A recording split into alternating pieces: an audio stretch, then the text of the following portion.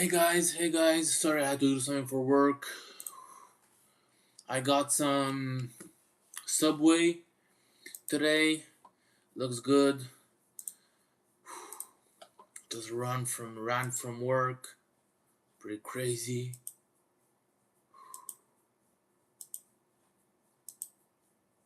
Hey Rolly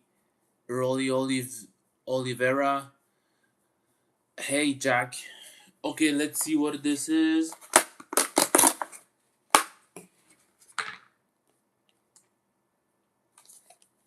Ta-da! It's from Subway. Subway, eat fresh.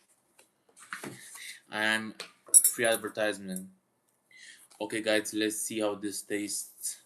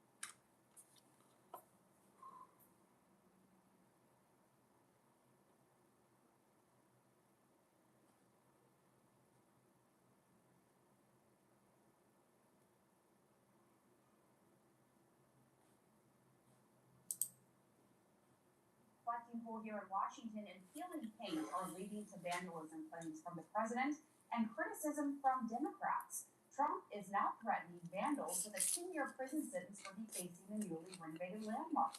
Democratic Senator Jeff Merkley took his critique to social media, saying, quote, after railing about waste, fraud, and abuse, the Trump administration spent $14 million on a reflecting pool reno that's now peeling and chock full of algae. I'm pressing to get answers for this. It's a bit spicy because I took the spicy one. President Trump says the reflecting pool will probably need to be drained again and work will begin immediately. This to fix what some consider just to be a really bad repair job. He says it is vandalism. Several people were arrested over the weekend for allegedly vandalizing the pool, including a 3-time U.S. Olympian.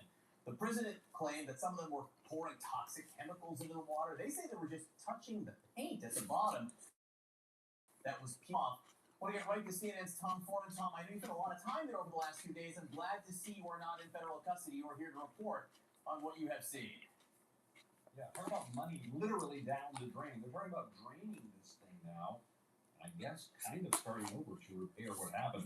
What the White House and other officials are claiming is that people went in there and at some point slashed or started pulling up this material from the bottom down there, this hard sort of plastic material with all this blue you hear called paint. It seems to be more of a true liner that was sort of formed there. Nonetheless, it is coming up in some places. We don't know how many really. And they're fighting the continuing algae problem. And if you listen to the U.S. Attorney for the District of Columbia, they are pledging to use the full weight of the law to go after anybody who's messing with any of it. Listen to this.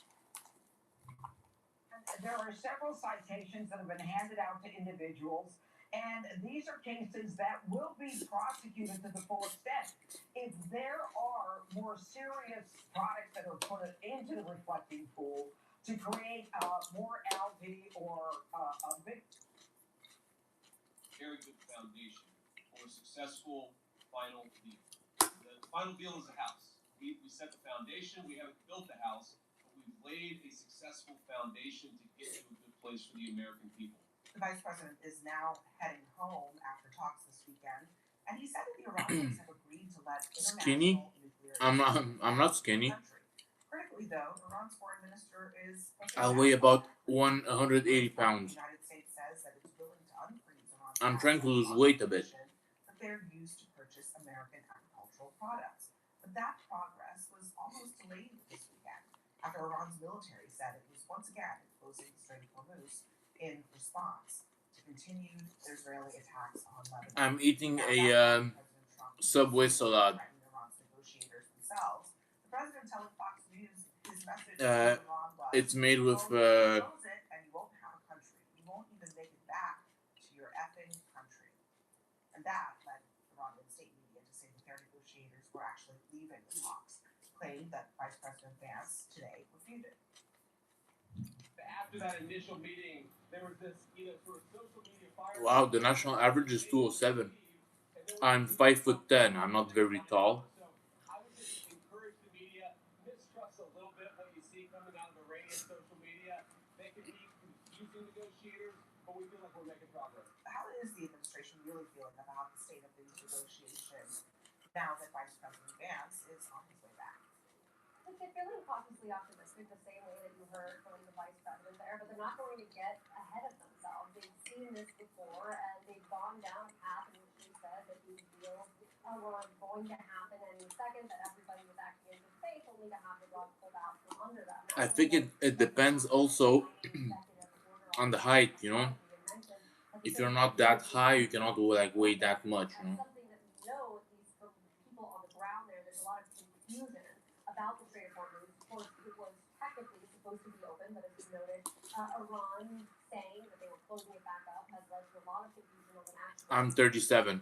involvement on what is happening with the Strait of Hormuz. So when it comes to the vice president, and he spent a lot of time talking about these inspectors, how he was walking out of this meeting, and Iran was going to let these inspectors, these UN inspectors, onto the ground in Iran. We never really got any of the specifics. What sites were they going to Yes, you are. visit? What kind of I was like, how come?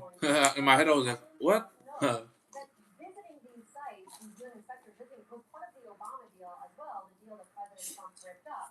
Now, here is one of the things that Vice President J.D. Vance said about these inspectors coming in, and really these negotiations overall, casting somewhat of doubt over whether or not this is going to be a done deal. Take a listen. Whether good faith or bad faith, you can't trust anybody's words. You have to trust what they actually do. Letting in the inspectors is a big deal, but again, we're to see what they actually let the inspectors do once they're in the country. That's going to continually be. Thank you, Godzilla. D money in the building. Yeah, gray hair. It's pretty on the sides. But this started when I was pretty young. Like even in my 20s, I had like white hair on, gray hair on the side. I think that's an interesting concept there. He also said that he was confused at times about the way that the Iranians. I think it's like a family thing. My grandfather as well had it. Both with him and publicly through Iranian state media. That's why you heard him there kind of asking people not to listen to them since they have their own political beliefs that they have to get out there, policies that they have to get out there. The other thing to bring up here is one of the things that Vance described, as you noted, was this idea of unfreezing the funds. He says this is part of the concept dreamed up by Jared Kushner. Yes, I'm in Montreal, in Canada. I'm in Montreal right now in Canada. Right now the time is 5:51 p.m. Watching the actions is going to be key here, not just listening to what the Iranians are saying they're going to do. 66% say that it wants the American public say that they want this conflict over. Another 78% says that right now No wife, no kid. should end the conflict right now. 69% say I don't know, maybe not worth it. because I'm Romanian, but my first language is Romanian, my second language is French, and my third language is English. And all of this stuff as a win for the American people. Does that tell you that he's coming from a strong position, or Maybe that's why I have an accent. If you're J.D. Vance, you try to convince the American people that Donald Trump didn't start this war in the first place. Any positivity about this conflict ending, of course, has to be brought back to the fact that Donald Trump started it. The oil prices went up because of Donald Trump. American bases attacked, destroyed because of Donald Trump. Our allies moving away from us because of Donald Trump. And now we have an agreement that if it were Barack Obama that signed this agreement, the entire Republican Party would be unified in opposition to it, saying, rightfully so, that he was giving billions of dollars away to one of our principal enemies. It is a disgrace, and it makes Donald Trump look like the weak president that he is. Scott, speaking of what the Republicans would be saying if Obama had signed this deal, the oil sanctions relief, which is effective immediately, it's according to this report, these new market rate transactions could translate to roughly $14 billion in additional daily profits, or about $840 million to the Iranian regime over a 60-day window. So they're getting cash immediately. Yeah, and apparently the purpose of that is for them to buy agricultural products to provide humanitarian relief. That has to be stayed on top of. I will say one of the main purchasers of the sanctioned oil before all this was China, and they were buying it at a huge discount. So now China's going to have to buy market rate oil. This won't be good for the Chinese. You Great said for the Iranians. you So, I mean, I think that what it'd be great for the flip Iranian side of people that to is that be able to feed the people. Iran gets to charge now $10. Okay, guys, peace out. And they were charging before. So